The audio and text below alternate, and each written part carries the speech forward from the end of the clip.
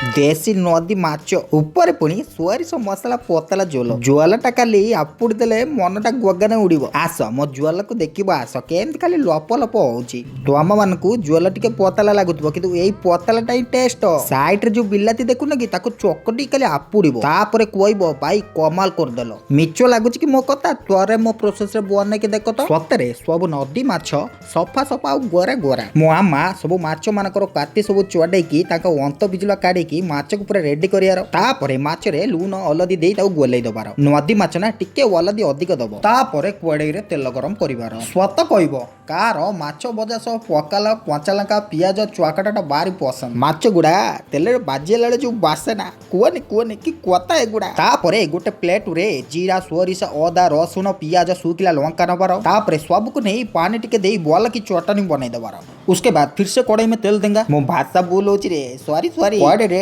चीनी टिके दबा सुखिला लंका टिके फुटन टिके दबार क्वाटा पियाज दबार पियाज लाल लाल मसला मसला डाली की बोल की पेंटी दबार तापरे हलदी टिके लंका गुंड टिके दबार भजा होई रहितबा आलू जाक देई दबार। ए मसला बहुत कम समय कषा हबो सोरिष मसला ना नवाला पिता की पूरा कलमला कर दबो तापरे ज्वाला देई दबार।